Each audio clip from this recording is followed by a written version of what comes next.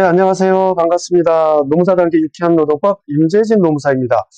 좀 마이크를 좀 바꿨어요. 이게 녹음이 좀 잘 되게 하려고. 이게 또 너무 크게 녹음되거나 그러면 제가 좀 조정을 한다고 했는데 좀 거북할 정도로 크게 녹음이 되면 요거 소리를 좀 줄여서 많이 줄여서 들어주시기 바랍니다. 점점점 좋은 음질로 찾아뵙도록 할게요. 아, 제가 아직 감기가 다 안 나서 마이크를 가리고 좀 훌쩍거리긴 했는데 혹시 음이 들어갔다면 네, 훌쩍거리는 소리가 들어갔다면 이해해 주시기 바랍니다. 자, 오늘 6번 갈게요. 그때 5번까지 했었죠? 노동조합 및 노동관계 조정법, 노동조합 및 어디 갔어? 노동조합 및 노동관계 조정 법령상 근로시간 면제 심의위원회입니다. 우리가 근로시간 면제 제도가 있죠. 근로시간 면제 한도 내에서 사용자로부터 급여를 받으면서 노조 업무를 하시는 분들을 우리가 누구라고 부르죠? 그렇죠. 근로시간 면제자라고 부릅니다. 자, 이 근로시간 면제 심의위원회에 관한 설명으로 옳은 것은이에요. 자, 근로시간 면제 심의위원회는 근로시간 면제 한도를 심의 의결하고 3년마다 그 적정성 여부를 재심의하여 의결해야 한다 했는데 여기서 뭐가 틀렸냐면 의결할 수 있답니다. 재량 규정이에요. 의결해야 한다가 아니고 의결할 수 있답니다. 그 다음 2번 근로시간 면제 심의위원회 위원장은 근로시간 면제 심의위원회가 의결한 사항을 고용노동부 장관에게 즉시 통보하여야 한다. 여기서 뭐가 틀렸냐면 근로시간 면제 심의위원회 위원장 뭔가 딱 어울리는 것 같잖아요. 그러나 이 근로시간 면제 심의위원회가 의결하는 거고, 그쵸? 여기 보시면 심의 의결하는 거고, 고용노동부 장관에게 통보하는 건 누구냐? 경제사회노동위원회 위원장입니다. 우리가 경사노위 이렇게 부르는데, 경사노위 이렇게 부르는데, 경제사회노동위원회 위원장이 주어가 되어야 됩니다. 혼동되시면 안 됩니다. 자, 그 다음에 근로시간 면제 심의위원회 위원회 임기는 3년으로 한다. 아니 뭔가 맞는 것 같은데 잘 외워두셔야 됩니다. 3년이 아니라 몇 년이냐면 2년입니다. 2년. 이게 새로 산 마이크가 너무 성능이 좋아서 소리도 크게 녹음되고 오히려 또 코 훌쩍거리는 소리가 죄송합니다. 잘 들어갈 것 같아서 너무 걱정되네요. 자, 마이크를 좀 가렸어요. 자, 그러면 4번 갈게요. 4번이 맞는 지문인데 근로시간 면제심의위원회 위원은 임기가 끝났더라도 후임자가 위촉될 때까지 계속하여 그 직무를 수행한다. 이거는 노조법 시행령 제11조의 5 제3항 위로 살짝 올라가 볼까요?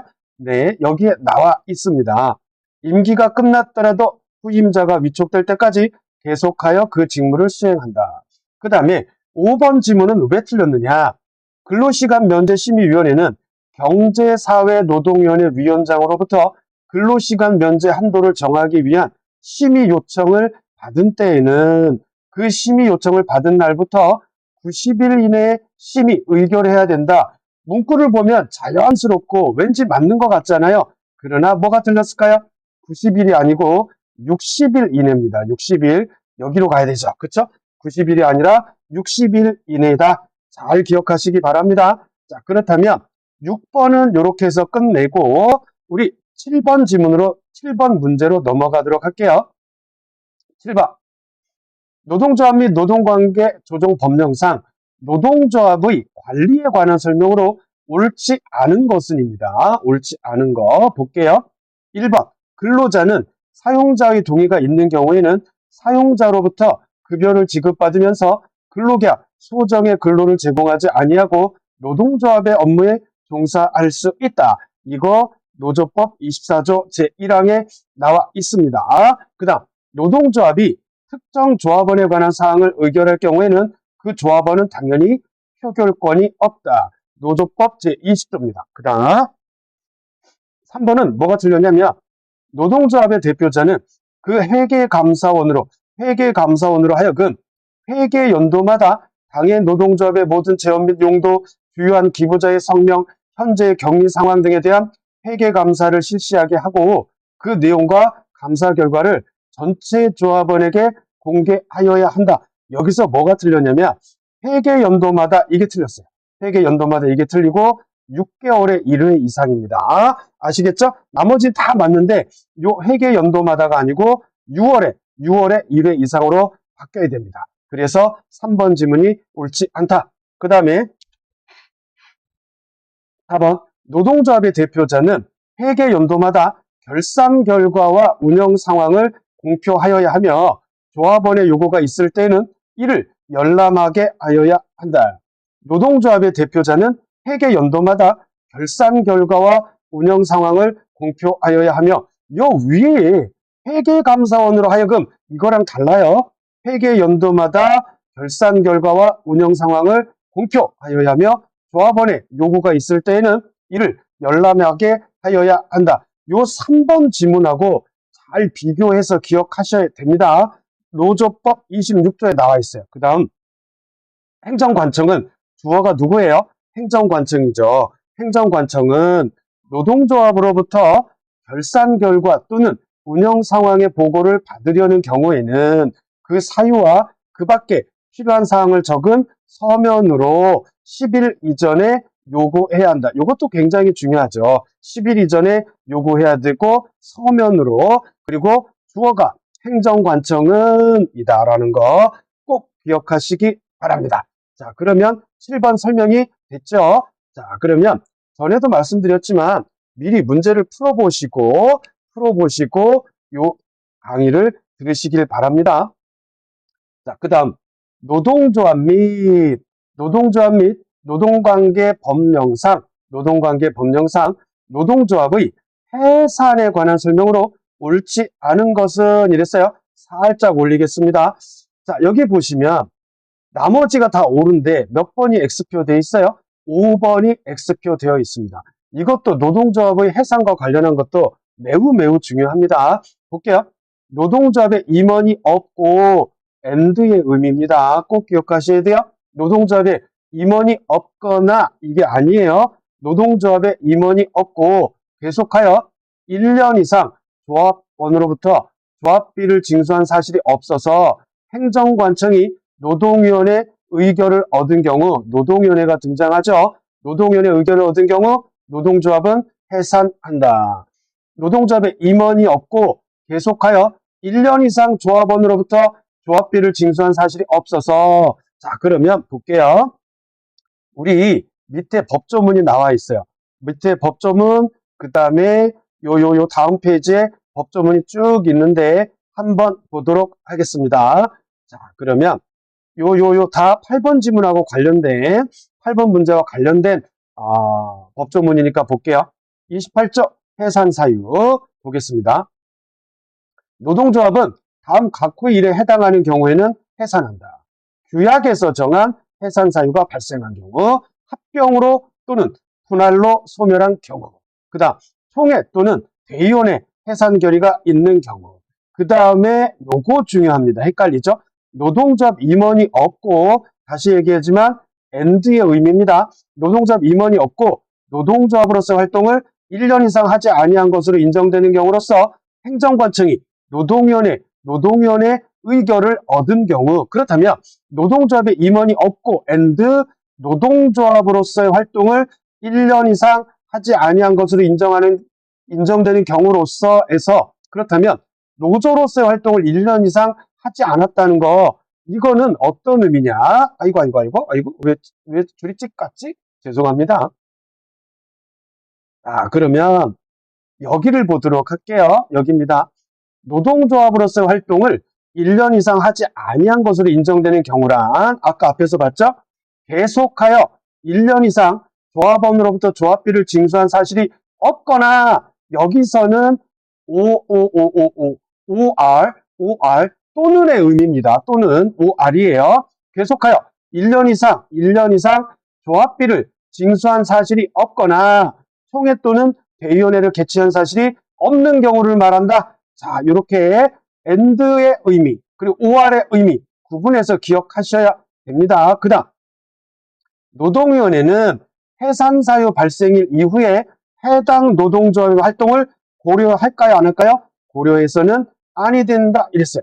해산사유 발생일 이후에 해당 노동조합의 활동을 고려해서는 아니 된다. 자, 그럼 이제 문제로 갈게요. 문제로 갑니다. 아까 우리 8번 문제 이제 쭉 보면 됩니다. 합병 또는 분할로 소멸한 경우 노동조합은 해산한다. 그 다음 총회 또는 대위원회 해산 결의가 있는 경우 노동조합은 해산한다. 그 다음 규약에서 정한 해산 사유가 발생하여 노동조합이 해산한 때에는 그 대표자는 해산한 날부터 15일 이내에 행정관청에 이를 신고하여야 한다. 규약에서 정한 해산 사유가 발생해서 해산한 때에 이때는 이 대표자, 노동조합 대표자는 해산한 날부터 며칠 15일 이내에 행정관청에 신고하여야 한다. 그렇다면 5번 지문은 뭐가 틀렸는지 볼게요. 노동조합의 해산 사유가 있는 경우 노동위원회가 의결을 할 때에는 해산 사유 발생 이후에 해당 노동조합 활동을 고려하여서는 아니 된다. 아까 봤죠? 네, 시행령에서 그 조문 관련된 조문 살펴봤습니다. 자, 그렇다면 우리 또 왜 선이 거졌어? 지저분하게. 자, 9번으로 갈게요. 자, 9번 갑니다. 노동조합 및 노동관계 조정 법령상 교섭단위 결정 등에 관한 설명으로 옳지 않은 것은 우리가 이제 복수노조가 있어서 복수노조가 허용이 되면서 교섭창구 단일화 절차가 있잖아요. 근데 이제 교섭창구 단일화 절차에서 중요한 건 또 교섭단위예요. 교섭단위를 예를 들어서 얘가 이렇게 교섭단위였어요. 근데 이 교섭단위를 이렇게 분리할 수도 있고 이 분리된 교섭단위를 다시 쭉 지우고 어떻게? 쭉 지우고 이렇게 다시 통합할 수도 있다. 이 얘기입니다. 자, 그러면 지저분하니까 너는 깨끗하게 없어져라. 자, 그럼 볼게요. 노동조합, 얘가 1번 지문이 옳지 않은 지문인데 보도록 할게요. 노동조합 또는 사용자가 교섭요구 사실을 공고하기 전에는 노동조합이 단체협약 유효기간 만료일 3개월 전에 교섭 요구를 할 수가 있잖아요. 원칙적으로. 그래서 교섭 요구 사실을 사용자가 공고를 해요. 그러면 7일 이상 공고를 하죠. 며칠 이상? 7일 이상. 어떤 노동조합이 쉽게 설명을 드릴게요. 가장 간단하게 A라는 사업장에 자, A 노조가 있고 B 노조가 있고 C 노조가 있어요. 근데 이제 A 노조가 기존에 있던 단체협약이 효력 만료되기 3개월 전에 3월 전에 교섭 요구를 했어요. 우리 교섭합시다. 그러면 사용자가 요 A 사업장의 사용자께서 교섭 요구가 있었다는 사실을 공고를 해요. 며칠 이상? 7일 이상 공고를 하게 되죠. 그렇죠? 그러면 나머지 요 B하고 C 노조도 우리도 교섭 요구 해야지 하고서 나중에 교섭 요구 노동조합 확정을 하게 되잖아요. 어쨌든 그 절차를 지금 다 설명드릴 순 없고 그거예요. 사용자가 교섭 요구 사실을 공고하기 전에는 노동위원회에 교섭 단위를 분리하는 결정을 신청할 수 없다. 이게 틀린 지문이에요. 뭐냐면 잘 볼게요. 자, 노조법 시행령에 보면 교섭 단위의 결정 이렇게 시행령 제14조의 11에 뭐라고 나와 있냐면 교섭 단위를 분리하거나 분리된 교섭 단위를 통합하여 교섭하려는 경우에는 다음 각호에 해당하는 기간에 노동위원회에 교섭 단위를 분리하거나 분리된 교섭 단위를 분리하거나 통합하는 결정을 신청할 수 있다. 이렇게 돼 있어요. 자, 1호가 뭐냐면 원래 각호인데 2호까지도 했어야 되는데 1호만 나와 있어서 여기다 제가 적어놨습니다. 사용자가 교섭 요구 사실을 공고하기 전이에요. 자, 볼게요. 그러면 보세요. 사용자가 교섭 요구 사실을 공고하기 전에는 신청할 수 없다 이렇게 틀렸잖아요. 그렇죠? 이제 이해가 되셨나요? 위로 다시 올라갈게요. 이렇게 밑으로 내려갑니다. 올라가는 게 아니고 그 다음에 2호에 뭐가 나와 있냐면 얘가 나와 있어요. 사용자가 교섭 요구 사실을 이미 공고했어. 그 경우에는 일단 교섭대표 노동조합이 결정돼야겠죠. 그렇죠? 사용자가 교섭 요구 사실을 공고한 경우에는 그렇다면 교섭대표 노동조합이 결정된 날 이후에 요 신청을 할 수가 있습니다. 그리고 사용자가 교섭 요구 사실을 공고하기 전에 그리고 요 신청을 할 수가 있어요. 공고하기 전에는. 근데 사용자가 교섭 요구 사실을 공고한 경우 이미 공고를 했어. 그렇다면 교대노 교섭대표 노동조합이 결정된 날 이후에 요 분리 그리고 또는 통합하는 신청을 결정을 죄송합니다. 말이 버벅거렸어요. 마음이 급해서 그래. 분리 또는 교섭 단위를 통합하는 결정을 신청할 수 있습니다. 요 두 개 잘 구분하셔야 됩니다. 아시겠죠? 매우 매우 중요합니다. 자, 그렇다면 이제 우리 나머지 지문 볼게요. 나머지 지문은 다 맞는 지문이에요. 머릿속에 기억하시기 바랍니다.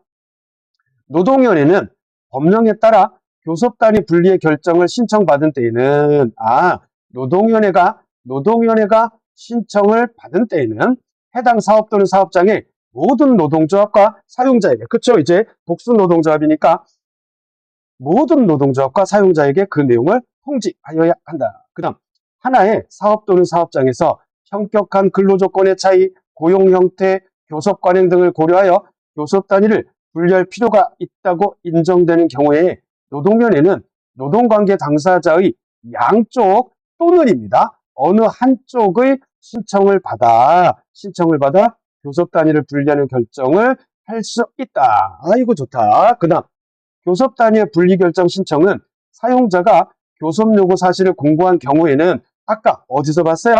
여기서 봤네요. 여기서 2호 교섭대표 노동조합이 결정된 날 이후에 할 수 있더라. 그 다음 교섭 단위 분리 결정을 5번 지문입니다. 교섭 단위 분리 결정을 통지받은 노동조합이 사용자와 교섭하려는 경우 자신이 속한 교섭 단위에 단체 협약이 있는 때에는 그 단체 협약의 유효기간 만료일 이전 3개월이 되는 날부터 법령에 따라 필요한 사항을 적은 서면으로 교섭을 요구할 수 있다. 자, 요거 이제 한번 지울게요. 이제 나머지 다 지우겠습니다. 자, 5번 지문은 무슨 말일까? 이거 한번 볼게요. 자, 교섭 단위의 분리 결정을 통지받은 노동조합이 사용자와 교섭하려는 경우 자신이 속한 교섭 단위에 단체 협약이 있는 경우 그 단체 협약의 유효기간 만료일 이전 3개월이 되는 날부터 아까 제가 언뜻 말씀드렸었죠? 3개월이 되는 날부터 법령에 따라 필요한 사항을 적은 서면으로 교섭을 요구할 수 있다. 자, 그러면 요거는 또 그리지 말고 시간 아까우니까 요걸로 이렇게 가서 볼게요.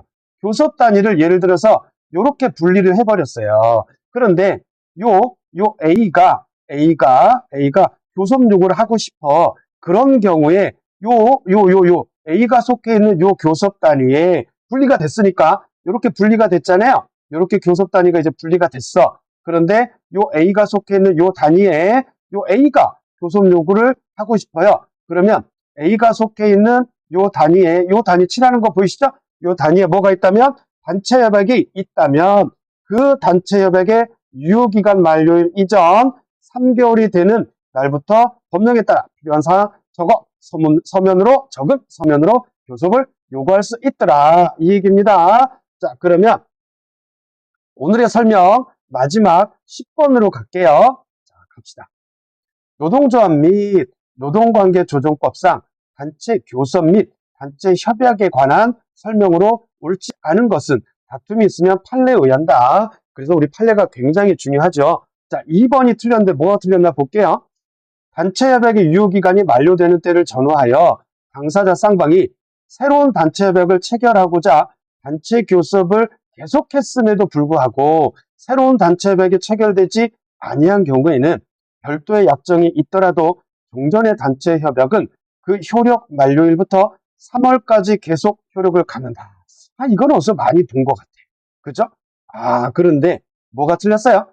별도의 약정이 있더라도 별도의 약정이라는 건 뭐냐면 여기다 쓸게요. 자동갱 그리고 자동연. 자동갱은 뭘까요? 자동갱신조항. 자동연은 자동연장조항이잖아요. 별도의 약정이 있더라도가 아니에요. 별도의 약정, 자동갱신조항이나 자동연장조항이 있다면 이 조항들이 적용이 되는 거고 별도의 약정이 없을 경우 이렇게 바뀌어야 되죠. 한번 볼까요? 맞는가? 자, 보겠습니다. 여기입니다. 별도의 약정이 있는 경우를 제외하고는 그러니까 말씀드린 이 별도의 약정, 자동갱신, 자동연장 조항이 있으면 이 별도의 약정대로 적용이 돼서 진행이 되는 거고 이 자동갱신, 자동연장 조항 등의 별도의 약정이 없는 경우에 요 2번 지문이, 이거 흔들렸어. 죄송합니다. 요 2번 지문이 효력이 있죠. 네, 2번 지문이 적용이 되죠. 그래서 2번이 틀렸다. 아시겠죠? 별도의 약정이 있더라도 요게 틀린 겁니다. 자, 그러면 1번 가도록 할게요. 노동조합과 사용자 또는 사용자 단체는 정당한 이유 없이 교섭 또는 단체백의 체결을 거부하거나 해태하여서는 아니 된다. 노동조합도 여기 들어갑니다. 그 다음 단체백의 일반적 구속력으로서 그 적용을 받게 되는 동종의 근로자, 우리 일반적 구속력, 지역적 구속력 확장이 있잖아요.